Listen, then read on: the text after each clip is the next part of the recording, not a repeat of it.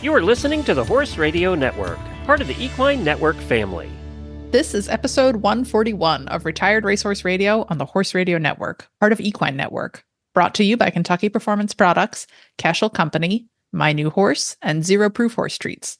Retired Racehorse Radio is your guide to the adoption, care, and training of the retired racehorse. Brought to you in cooperation with the Retired Racehorse Project and New Vocations Racehorse Adoption Program. On today's show, we speak with the winner of the Retired Racehorse Project's 2024 Thoroughbred Makeover about her experience, how she chose her horse, and what's next for the pair.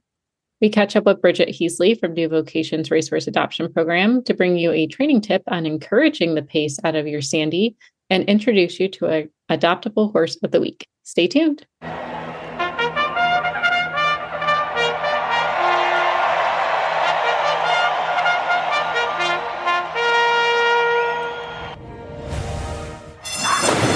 And they're off on Retired Racehorse Radio, the podcast that is your guide to the adoption, care, and training of the retired racehorse. This is Joy Orr in Detroit, Michigan. And this is Kristen Kovach-Bentley in the Arctic Circle, that is Jamestown, New York. And you're listening to Retired Racehorse Radio. I can't even believe how much snow that you've gotten. It's like, it's starting to be like by day 4, I was like, is it gonna stop? And like Eric was like, I don't know, man. Like, I have gone on the record. I've been on this show for like however many years now, being like, I like winter. I don't mind seasons. The snow is great. And now I'm like, oh no, like we have so much snow. Like, I don't know how to properly describe this, but like there's about 4 feet, I think, on the ground. And then we've been scraping snow off the roof because we thought we heard like very suspicious and scary creaking noises the other night.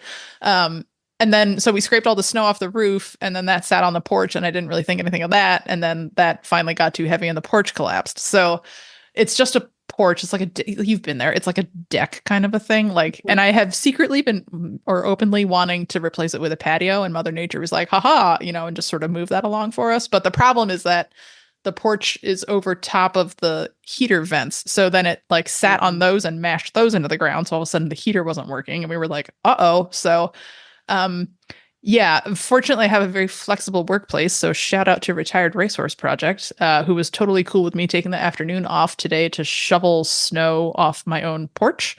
And then Eric managed. They probably didn't want you to freeze or die or, whatever. Yeah. So like, yeah. Understandable. But yeah, so then like Eric came home from work early and we like jimmied a car jack under it and then managed to like jack up our own porch and relieve the pressure off the vents. So it's like, it's super sketchy looking right now, but it will get us through the next snow, which has already started today. So I know we have listeners in the Erie area, like Erie, Pennsylvania. It's right over the border from us in Jamestown. And I know that they got equal or more than that. So like, my heart goes out to all you folks in the Erie area who also listen. Thinking of you. We're going to get through this one way or another together, I hope. So I know. At the farm, it's going great. The horses are very happy. Like I was going to say, like, at least you have great footing. And I don't think it'd be appropriate for me to sing to you. It's a winter wonderland. No, I had it in my head, though, because it was okay yesterday. So I rode Wes out in the field, and that was a ball because he was like super high stepping because it was very deep snow. And then, of course, he petered out right away because he's a little fat. But he was like, this is too much work. I was like, that's fine, buddy. We can walk. But it is really fun to ride in snow. If you have a place where you're pretty confident that you've got good ground underneath, like we have an old sweet corn field that gets planted over with cover crop in the winter. And I know that it's fairly smooth if I kind of go up and down the crop rows. Like if I try to trot like across, then it gets up. It's pretty sketchy, and I wouldn't do that to the horses because you can't really see the ruts. But if you're going the long ways, it's fine. So, I just did a lot of walking figures and then like trotted up and down the field a few times and called that a day after like 15 minutes. I love that. Nice. I mean, I did love when we had what Michiganders called Snowmageddon a few years back, and very similar to what you're going through, just piles and piles and piles of snow. It did not stop. It was like, honestly, 2 to 3 weeks of it. It was insane. Yeah. And it just like keeps going. And that's the bonkers part. You're like, where's it coming from? Like, is it going to stop? The last time we had, and have a young off the track, it is a good way to practice your canter without dying. Right.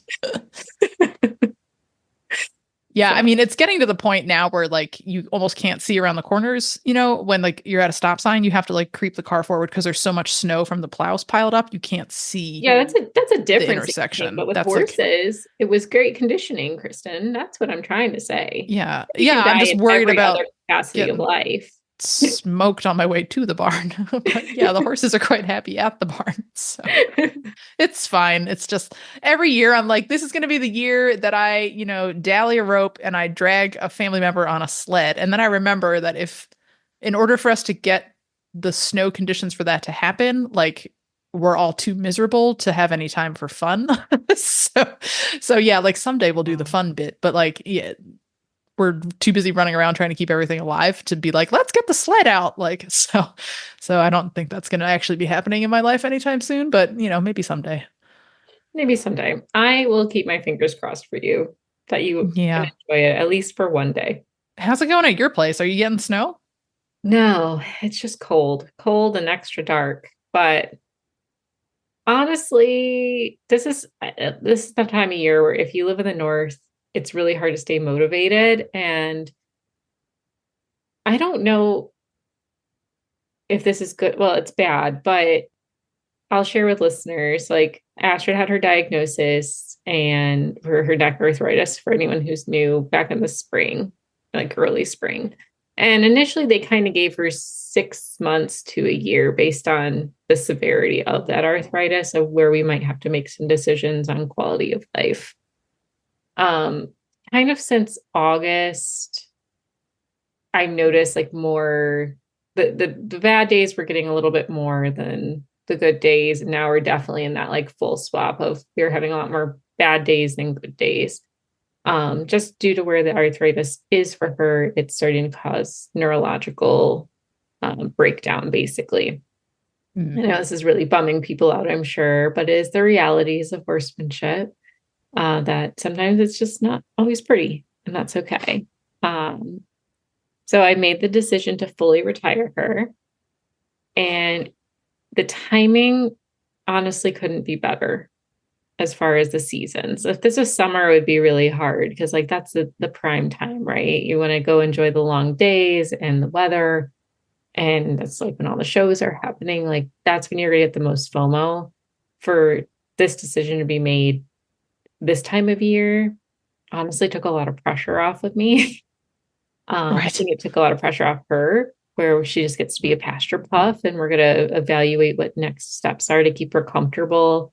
We are trying some medical pain management just to keep her, as comfortable as possible. We changed her scenery, hopefully to give her some more excitement and see if some of her personality traits start to come back. She seemed quite depressed with the pain.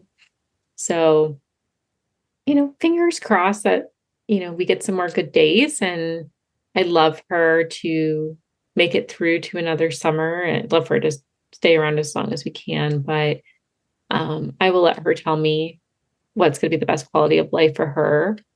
And we'll do everything we can to make sure that she stays comfortable through it. But, I'm okay with that. I'm just going to go out and groom my horse and give her all the snacks and let her get fat and happy. I don't think there's anything wrong with that for the Nope. season. A jolly season. Right. And, like you and I have talked a lot about this, like off air, and like all day, every day, which I love. But like, I think I mentioned to you at one point, like as much as we would love for it to always be like a black and white, like, you have like, of course you'll know when it's time, like that in reality does not happen. No. Like it is very difficult. And I've done that with the last few horses that I've had to, make that decision for. And it's like, ugh, I hate being in the gray area. You always wish that it was like a very clear, like it is the time. And it doesn't always get to be that way, which sucks. I'm not sitting here like I'm a Buddha with some great advice for you, just that like it sucks for all of us. So we're all commiserating with you because it's hard to know. It is hard. And don't get me wrong, like for listeners, like she's being way too cool and collected talking about this. I was a mess for a solid week. So I've just had time to process it really and grieve what won't be forever. But it's just the realities that come with it. And I love that she fell into my lap, and the years I've had with her in a riding capacity have been great, because we know that there are people out there who, not because they're mean, just because they don't know, or it's not education that's available to them, or they don't have the best vets to guide them. But a lot of her behaviors seemed behavioral, and it could have easily gone the route of just increasing training aids or getting more harsh or putting her through lots of training for something she physically can't do. And I'm really grateful. Like, well, it's a hard decision because I love her. I'm grateful that I was able to be the one to help figure out what was going on and, make sure that she stays as happy and content. And I think horses let us know in the way of, their personalities. And if she's ever not seeming like herself, like we're not thriving, we're just surviving. And that's when I think it'll be really clear what next steps I need to take. But for now, she's going to eat as many zero-proof horse treats as she wants and get cuddles and massages and, be my best friend as long as, she's willing to put up with me. Love it. Yes. But now all right, we've left everyone out. Like, we got to pick it back up now. No offense. Of course, you are allowed to talk about this because I think we need to have these conversations more, to kind of like normalize this whole process for people. But yeah, we do need to probably pick everybody up now if everyone else is sad. Don't worry, guys, because it's almost Christmas. It is almost Christmas. Also, holiday episodes coming up. Hopefully everybody got to listen into Radiothon. We had a lot of fun with that. Mm-hmm. So I think the Radiothon episode should be in your feeds by now. We had a really cool conversation with Jen Reutz, longtime friend of the show, and then just some general silliness and holiday fun with Glenn and Ashley from the network.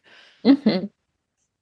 Not just that, this is going to be a great episode too. We're going to talk with Angela Carmichael, who won the makeover this year. And oh my gosh, like, talk about someone with like a warm and just caring voice. Like, she made me like well up just hearing about her journey with her horse.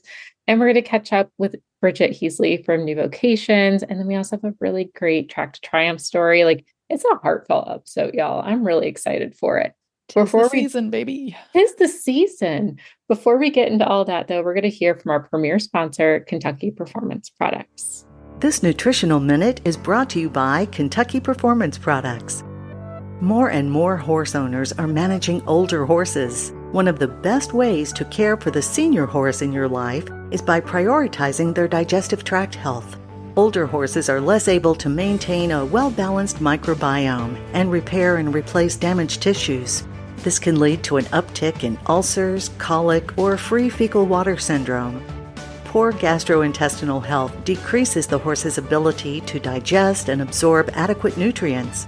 It also impacts the effectiveness of the immune system, leaving older horses less able to fight off diseases such as EPM.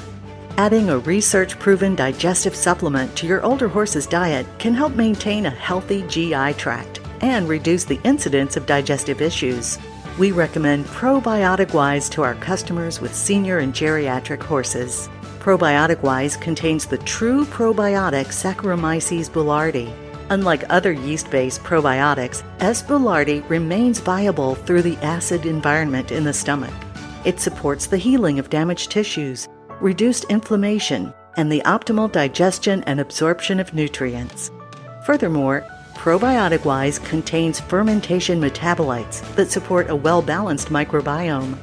Probiotic Wise is sold through your veterinarian, so ask your vet if Probiotic Wise is right for your older horse. You can learn more about Probiotic Wise at kppvet.com. Got questions about your feeding program? We can help. Email Karen at questions@kppusa.com or call us at 859-873-2974. Joy, really excited to have our famous post-makeover interview with the winner. So we have with us today Angela Carmichael, who trained Big Fame to the Thoroughbred Makeover Championship title at the 2024 Thoroughbred Makeover. So Angela, it's lovely to get to chat with you again. We chatted a little bit at the makeover, but now I get to talk to you, now that you're basking in the glow of the championship. So how does it feel? How does it feel now, like a couple months removed? I still have to honestly pinch myself. I have told several people that I felt like it was possible. And I remember the first time I heard about the makeover, and I thought to myself, oh gosh, that would be so exciting. I'd want to win, of course, being the competitive nature that I am. And the mare that I first was going to go to the makeover with just wasn't worth the long trip from Arizona. And this mare, Big Fame, she's just been fantastic the whole training process. And so it was just a pleasure to have the opportunity. And when it happened, honestly, it was surreal. But now that it's been a little bit of time and sunken in, and she actually won another championship at Area 10 eventing in beginner novice last 2 weekends ago. It is kind of sinking in that she's something else that's fun to watch and fun to be a part of, to train. Yeah, heck yeah, that's so cool. Yeah, I remember I saw that come across my newsfeed and I was like, oh my gosh, there's Angela and Big Fame. They're just kicking butt all over the place. Like, you just keep on winning. So that's awesome. And it's really cool to see. We always, of course, love to see our Thoroughbred Makeover alums go out and do cool things.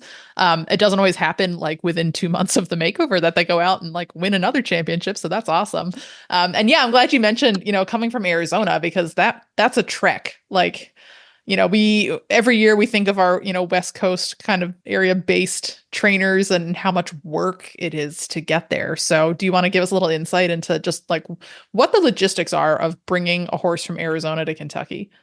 Right. It is a trek. We had originally planned on getting her there early. We had a commercial transportation company that I had said, oh, I'm going to be there the weekend before, so I want to get her there the Friday before the makeover.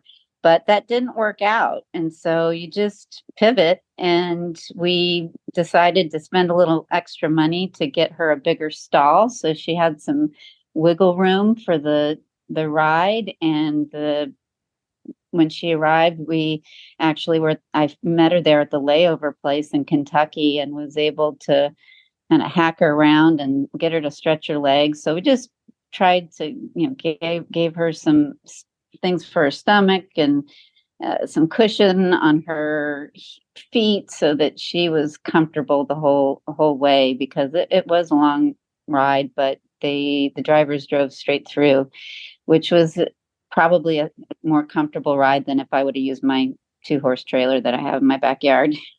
Oh, yeah, I bet. Yeah. Yeah. There's definitely times where it's like appropriate and a good idea to splurge on the professional shippers. And I think you picked your moment well, for sure. I mean, obviously, like she must have just arrived in like winning form, like ready to go. So. Yep. She was, I worked a lot on her fitness, quite honestly.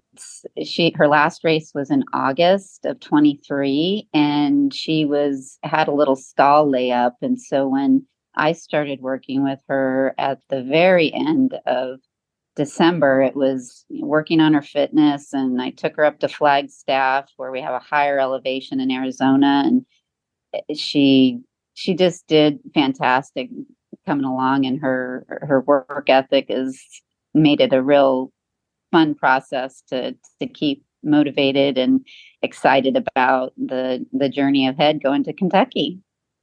I love that. I'd like Joy is a mare person. I am like I don't want to say a reformed mare person. I happen to have all geldings right now, but I have had some excellent mares, and hearing you like the warmth in your voice, talking about like how she likes to learn and how she has a great work ethic. Like, I'm like, oh, I miss mares, So are you particularly drawn to mares or geldings or just, great horses? Like, do you have a favorite? I have trained all different types of horses, and thoroughbreds. I keep on coming back to thoroughbreds, and mares they're a breed of their own, certainly. And I haven't ever worked with stallions, but I heard stallions are similar to mares in that you get into their world and you earn their trust and you build that rapport. You build their confidence, and they'll give you 100% and maybe more when the time comes to it. Where geldings, they're more predictable, obviously, and maybe they'll give you 100%, but not as much effort sometimes as I've heard stallions. I haven't trained any of those myself, but mares certainly you get in their world and their bubble. And this mare and I certainly have a connection that's been fun. I've also worked with some mares that have been very challenging, and it's not easy. It makes it, I always see it as an opportunity as a horse person to build my skills and patience and problem solving skills, really. And that's what horseback riding is about when you're working with a green horse. It's a lot of one step forward, two steps back, and another step forward, and you just just keep on going and figuring it out, because it's a relationship, and it's a dance between the horse and the rider and trainer. I love that you say that, because I think, when we're trying horses, it's almost like going on several first dates when you're trying to find the right horse for you. And, what are you looking for? And you might have an idea in your head, and then I've actually gone the opposite times, what I think I want or think I need, and I go the opposite, and somehow it's always matched for me. But for you, how did Big Fame come into your life? And was Big Fame in your ideal characteristics of a horse, or were there things that you wouldn't naturally gravitate towards with her? Well, she sort of landed in my lap. After COVID, I really cooled my jets down on training and showing, and her owner and breeder, Dr. Dorothy Kiefhefer, she had reached out to me in October of 23 about a different horse than Fame. And so I went and visited her. Dorothy was referred to me by a dressage trainer, Lois Whittington, and she said, "Hey, Angela does a good job with thoroughbreds," just kind of gave her my phone number, and I responded and met up with Dorothy, and we started working with one of her other mares. But when I visited her for the first time, I saw Big Fame, and she was in stall rest. Like I said, she had an injury. She was playing around with a stall friend, probably bored, quite honestly, and decided to injure herself. But it wasn't, a big injury. She just needed a little time off. And so Dorothy showed me her, and I looked at the box, her conformation. You want a horse that kind of fits into a box, and looked at her shoulder and her angles and her heel. Her heel was pretty profound. And I thought to myself, I like that horse. And she's got a beautiful eye. The mare just has an eye, honestly. It chokes me up. It really melts me when I look at her eye every day when I'm working with her. It's just something special. She's a pretty good looker. So that's how I met her. And the mare that I tried out first for Dorothy to help her place it had some soundness issues. And so she came to my property and dropped off Big Fame and picked up the other horse and found that horse a home. So what Dorothy does is really honorable. She tracks her horses. She really cares about them. And I know that was a big resonation, a real point that hit everybody's heart in this process, and when she would talk about her stories, because it's an honorable thing that somebody that breeds a horse and then takes the time to make sure that they don't land in a bad spot. Yeah, absolutely. Yeah. And so that was my first interaction with you and Fame was through Dorothy, because she had reached out to us when we announced our Makeover Champions program, which was a newer initiative for us this year. So that was to invite members of the breeding, racing, trainers, owners, everybody who was associated with these horses in their racing lives to, kind of commit to following them and cheering them on and sharing their public support for these horses. And what we intended it for was, it'd be really cool if you could post something on your Facebook or tweet us something about watched my homebred so-and-so, and Dorothy emailed me right away and was like, I'm coming, I'm going to be there. She made a donation to the silent auction. She was just wonderful. She was such a big supporter of the makeover and the whole concept, but her love for the horse was so clear. So she was really, really fun for us to, talk to in person and connect with, and just watching her ringside, with her phone out, following every step. And that was really neat. And I remember asking her, I was like, is it different being here and watching her jump versus watching her race? And she's like, I don't think I actually ever made it to any of her races. So this is really cool, and she was so fun to talk to. So how was it to have, the support of Dorothy, the whole way through? She is a wonderful collaborator. I have collaborated with many, many of my horse friends, and she's one of my new horse friends over the last year. She has been supportive and just an absolute blessing to work with. And she would come whenever I would send her a text and say, I'm taking the Big Fame over to my friend Frederick Bolon's to school cross country, or up at Carefree Farms with Alice Sarno to go school cross country. And she would try to come and visit, and we have schooling shows here in Arizona. So she always was very supportive. And so there was no question in my mind that she wasn't going to be in Kentucky, and which she was, and was really fun for my mom who was there and my husband. We all just had a blast together and came home to Arizona and celebrated. And we've continued, obviously, to still connect and talk about Big Fame. So I actually purchased Big Fame from her throughout this process. So Dorothy owned Big Fame. There's a little bit of confusion on that because I know that's what I put on the application, but somehow or another it got where I was the owner and the rider. But at the time of the makeover, she owned Fame, and we had an agreement on how we were going to work through the cost and the training process, and just the whole process was smooth. And as you know, doing any kind of horse transaction and takes a lot of time. It takes money, it takes resources, it takes energy, and the whole process was just fantastic with Dorothy. I just think the world of her. I love that. And like, our hope with that program is to, it not only for us to champion those connections that are staying, kind of supportive, but also to just hopefully help show more people in the racing industry that, like, it is possible to stay connected with these horses. Like, obviously we wouldn't expect everybody to, like, stay as an active owner the way that Dorothy does, but, to encourage people, like, get behind these horses in second careers, because 9 times out of 10, that second career trainer or owner, like, wants to stay connected with you, like, we're all fans of the same horses. So, like, let's cheer them on through to those second homes. And I think Dorothy is, like, such a lovely poster girl for that, because she was right there ringside, like, I love this, and she was talking about how she thinks the horse is actually better suited to sport than she ever was to racing, which, having seen the horse in person, I would be tempted to agree with her. I mean, the mare is beautifully built for sport. So yeah, really cool.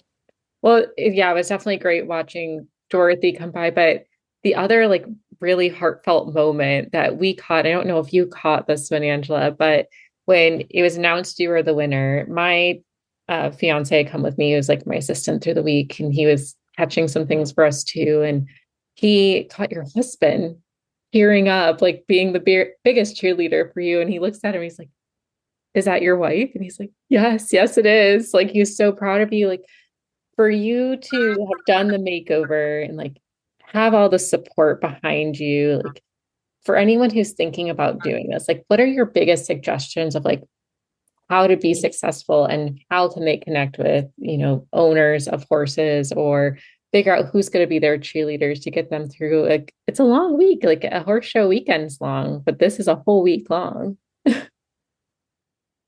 I just want to do it again so I know what I'm going to do, because it is a process from the very beginning of filing the application to submitting the fees and deciding what discipline you're going to do.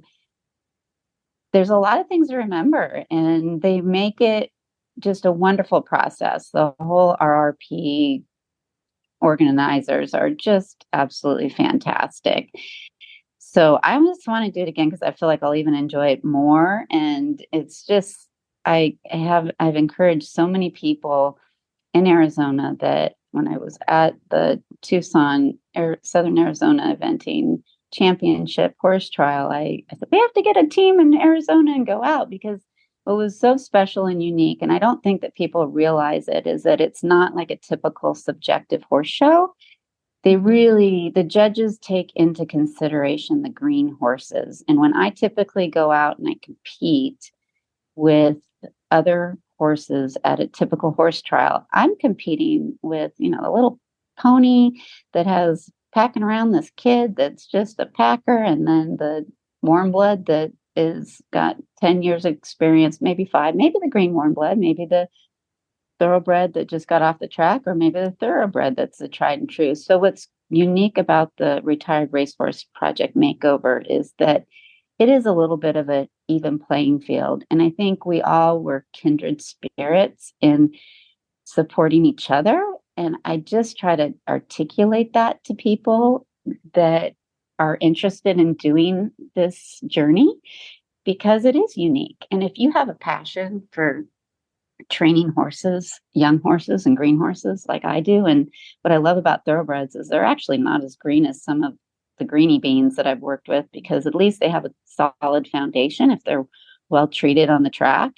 You know, they've had a lot of mileage. I mean, Big Fame was fantastic as a getting in that trailer, and she was just a gem on her the whole time. Just very much a polite horse, because she's had a lot of mileage. Even though she's 5, she's been places, she's done things. Where you tell me about a horse that's out in the field that doesn't have any mileage, because I get owners when I was a professional trainer, oh, this horse doesn't have any mileage on it. It's 7 years old and it's just been out in the field. That is a red flag to me. Yeah, I don't. That's not a flex. I don't like that at all. That's not the one I want. I mean, that's what's so great. You get these horses that have a work ethic like thoroughbreds, and they've been working since, doing something productive with their life since they've been very young.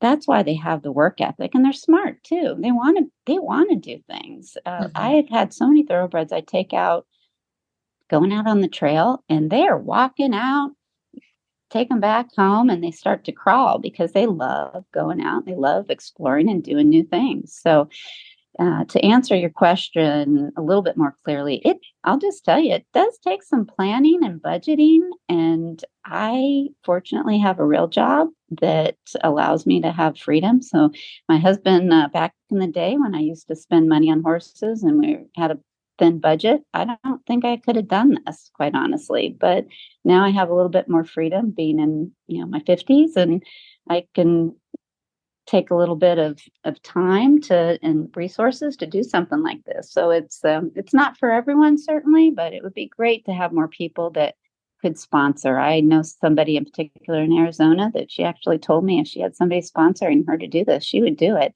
And that's kind of what it takes. And that's what Dorothy and I did, is that she had the resources to help facilitate the 10 months of training. And I put in the hard work and risk, quite honestly, that's involved in training the horses. And we collaborated that together and came out at the end with a real win-win scenario. So those kinds of partnerships where people work together and they have each other and the horse's best interest involved. And I know there were several people that went to the makeover that probably had those same scenarios that I had, but it was really a supportive effort with my family and being there, as well as just the collaboration that Dorothy and I had was really fun. Oh, that was a perfect summary. I don't even have like a follow-up to like, what a great way to advocate for the show, and 100% agree. It's not for everyone, but for the person it is for, like you said, who loves green horses, who loves connection, who loves to challenge themselves in a healthy way. It is one of the most fun shows you can go to because of that understanding from the judges, and that everyone's coming in with the same mindset of, I want to see what this horse can do. I want to see what I can do. It's a very, very unique show in that aspect. So thank you so much for that encouragement. I can't wait to see the applications that start to come through for this next year. I hope to see your name in there again soon. Before we let you go, because I know we're at time, how do you hope to spend the holidays with your horses or family this year? So I come from a 4th generation of horseback riders in my family, and my grandma no longer rides, but she was a very important part of my life and my horse passion. My mom still rides. So I am hoping to carve out some time to go out on a trail ride in Cave Creek, Arizona with her, and go visit some trainer friends to get some extra lessons and spend some time with family. We usually travel for the holiday season. My husband and I got married on Christmas Day, and so We try to always be with our kids and our family during that period of time, and looking forward to enjoying the warm weather in Arizona. It's just beautiful. Oh, well, that's a happy anniversary, by the way. Oh my gosh, that's so cute. Um, well, that sounds like a perfect way to spend the holidays. And we are very excited to see, hopefully, we'll see you again at the makeover or see you supporting in some way if it's not through a horse. But thank you for sharing your story. And what's next for Big Fame? We are right now, she's over at my friend Susan Locke's place, and she has a lovely hunter jumper barn, and so I'm going to really focus on the hunter jumper ring because I think that's the area that she really needs to focus in on, and I'm hoping to. We showed at the makeover a novice level, and I showed a few weeks ago beginner novice. So just continuing to have her see different questions on the cross country course, and also just developing those skill sets in the jumper arena so that she continues to improve on her form. That sounds perfect. Well, we wish you and Big Fame the best of luck, a happy new year, and we can't wait to see what you guys continue to accomplish together. Great. Well, thank you so much, ladies. You have a wonderful holiday season, and I appreciate the opportunity to have this discussion with you. Much appreciated.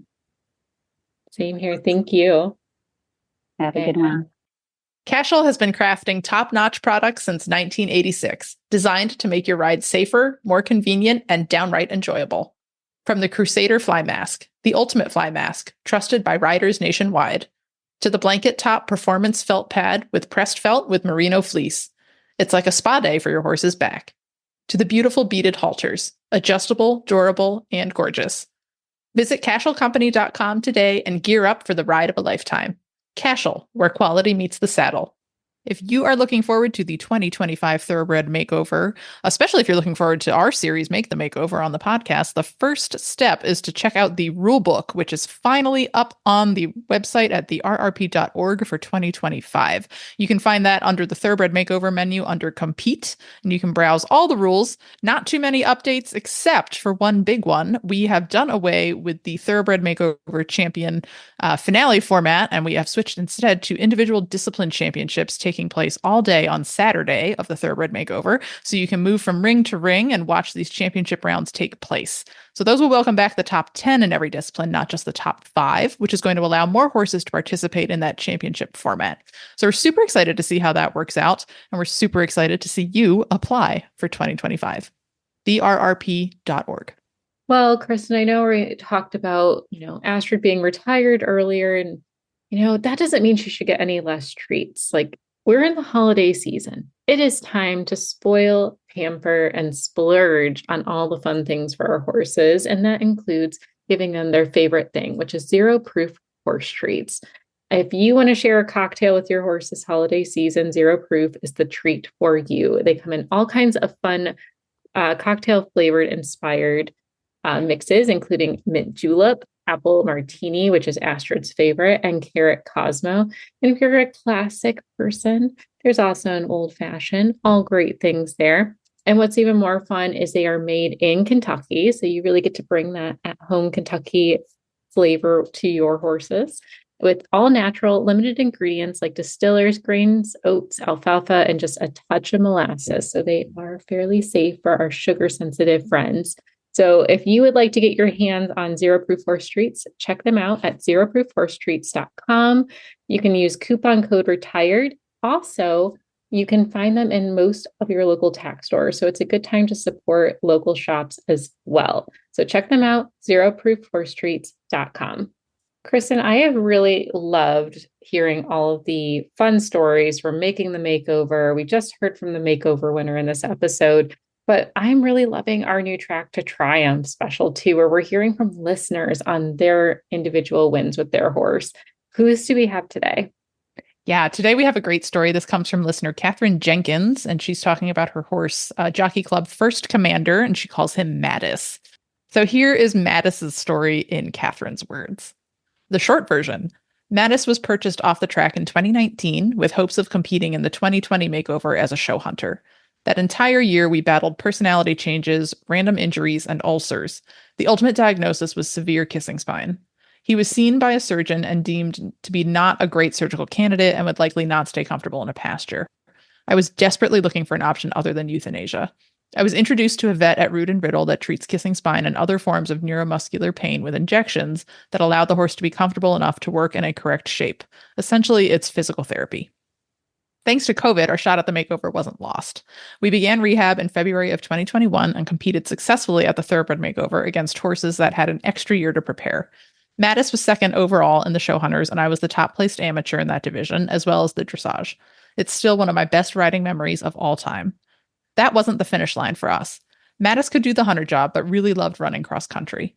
So after a lifetime in the hunter jumper world, I made the switch, which did not disappoint. He has placed well in almost every event we have entered, including the 2023 AECs, where he finished 9th in a large beginner novice amateur division. He has completed several novices with ease and is fully prepared and ready for our training level move up. But first, we are 2 weeks away from moving to Ocala to get more consistent coaching because our sights are set on FEI competition eventually. This horse has made every single childhood dream of mine come true and allowed me to dream bigger than I ever thought possible. Not to mention, he is the real-life poster child that kissing spine is no longer a death sentence, and these horses can go on to have very wonderful and successful careers. Thank you, Catherine, for sharing the story of Mattis, or First Commander. I remember seeing this horse at the makeover and seeing her story, and it's just really, really cool to see, that, as she says, kissing spine is not the end of the road, and of course, the makeover is not the end of the road either. So thanks again, Catherine, for sending that in. And if you want to contribute, we have a form on our Facebook page where you can submit your Track to Triumph stories, and who knows, maybe we'll read it on a future episode. Well, it's that time that everyone waits for on the show to be tempted to purchase new horses through new vocations. And today we are joined by Bridget Heasley, who does both standardbreds and thoroughbreds, but we're talking about our lovely standie friends today. Welcome back to the show, Bridget. Hi. Hey, thanks for having me. Thanks for joining us. I always love learning about the standardbreds because I just don't get a chance to interact with them as much as I want to. And one of the things that Kristen and I had questions around was pacing. And normally we're talking about how to get that lovely trot out of a standardbred and not pace.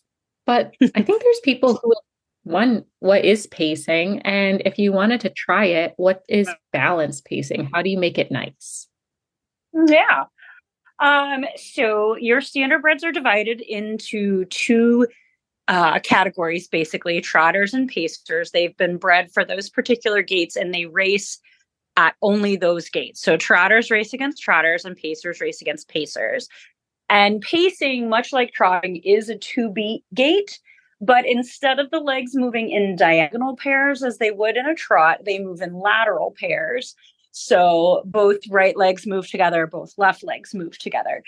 It is a slightly faster gait at full speed than a trot. So if you ever look at, a standardbred's record time on their pathway report, the pacing speeds are going to generally be faster than the trotting speeds.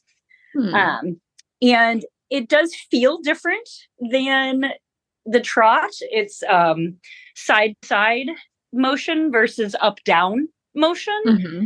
So you don't get thrown out of the tack as much, if you think about a big forward trot encouraging you to post by going up. A big forward pace would encourage you to shift side to side on your seat bones instead of posting. So your pace can be very, very smooth, both at a slow collected pace and at speed, or it can be kind of like rough and all over the place. So if you want to encourage your horse to pace versus trot, a lot of our trail riders like to pace. It's a little smoother. They don't have to post the whole time. A couple things that you can think about are sitting back on your pockets a little bit. Resist the urge to ride like a hunter rider, body forward. And resist the urge to drop your hands down in your lap. You want to pick their heads up just a little bit, come back with your body, and encourage that push from behind into that pace. If you have a pacing bred horse and you're like, man, I really want it to pace, not pacing, do know that most of the time they race in pacing hobbles. And you could actually put a set of pacing hobbles on to encourage your horse to pace under saddle. I know people think of hobbles and they think of like legs tied together and a horse can't move. These go around the upper leg of the horse. They're very loose and they're just connected to one another so that it disrupts their rhythm if they start to trot versus pace. Oh, that's what those are. I've seen videos of like horses on the racetrack with these loops around. I had no idea what they were. But they are like, they are very loose fitting, like they're not tight at all. That's very interesting. I did not know that. Yeah, they don't restrict movement whatsoever. You will see those same pacers warming up at a trot.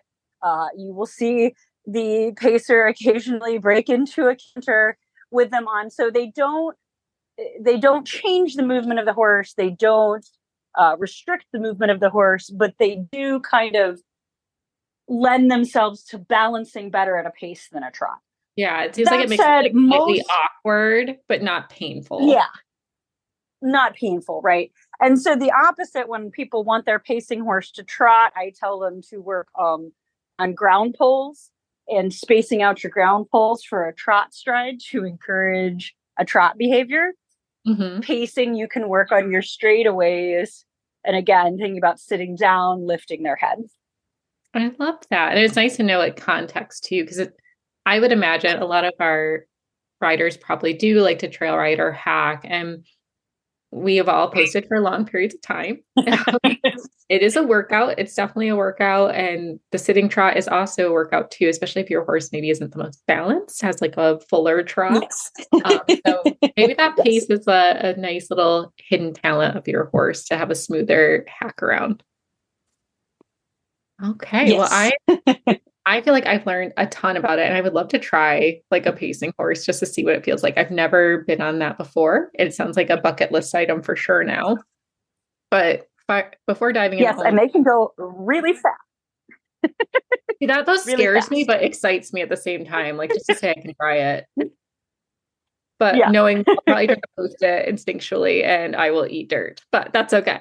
Tell us a little bit about our adoptable horse. So you have a very handsome standard bred today.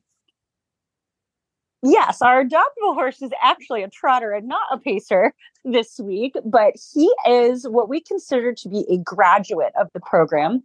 His name is Russ, and he is a 5-year-old trotting bred gelding. He was adopted 2 years ago and has been a very well-loved member of his adopter's family. But situations have changed, and so he has come back through the program looking for his next perfect adopter. And he is just sweet and funny and full of personality. He's got a wonderful base of riding under his belt, a lot more than our regular horses do.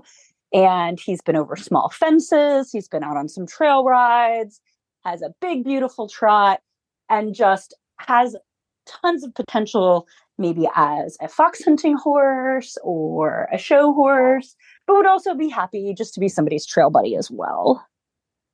Oh, I love it. Well, he's stunning. He's that like really rich, dark bay color, but he has that wise eye that Kristen always talks about. Like you can just tell like he has an understanding of self. He seems very confident in what he does. And he's got a really nice body type. Like he looks more sport horse to me than classic standard bred, which can go in a lot of directions and a lot of disciplines.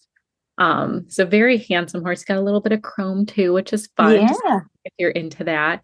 And he is my ideal height, which is that 15.2 space. I think that is such a sweet spot for most riders, like just big enough to feel like you have a horse, but not so big that you're intimidated by them.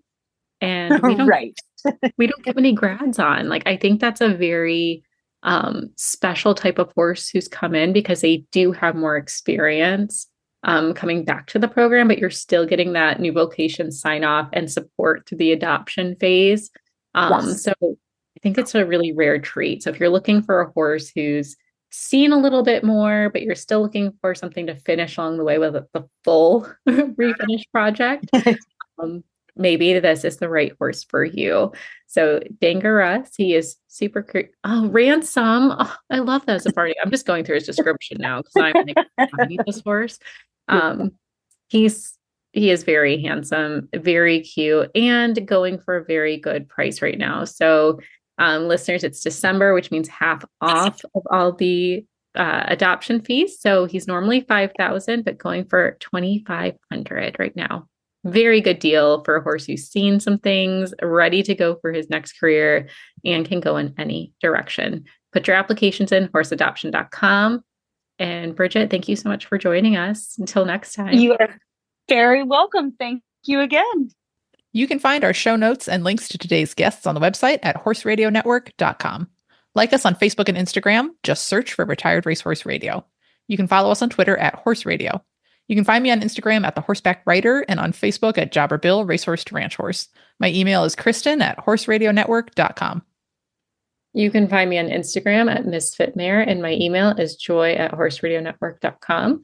Thank you so much to our sponsors, Kentucky Performance Products, Cashel Company, My New Horse, and Zero Proof Horse Treats, and to our partners, New Vocations Racehorse Adoption Program and the Retired Racehorse Project. Don't forget to check out all the other shows on the Horse Radio Network, part of Equine Network, at horseradionetwork.com. And don't forget to rate, review, and subscribe to the show, as it really helps us grow and brings you all of the off-the-track stuff you love.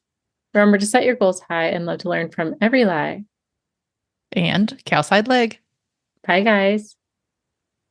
Did I say lie? I don't know what you said exactly. I'm going to say that again. It wasn't quite right. Say the end part one more time. I think I got spit in my mouth, to be honest. I was like, what? Okay, we're going to try that one again. Or just the outro in 3, 2, 1. Remember to set your goals high and love to learn from every ride. And cowside leg. Bye, guys.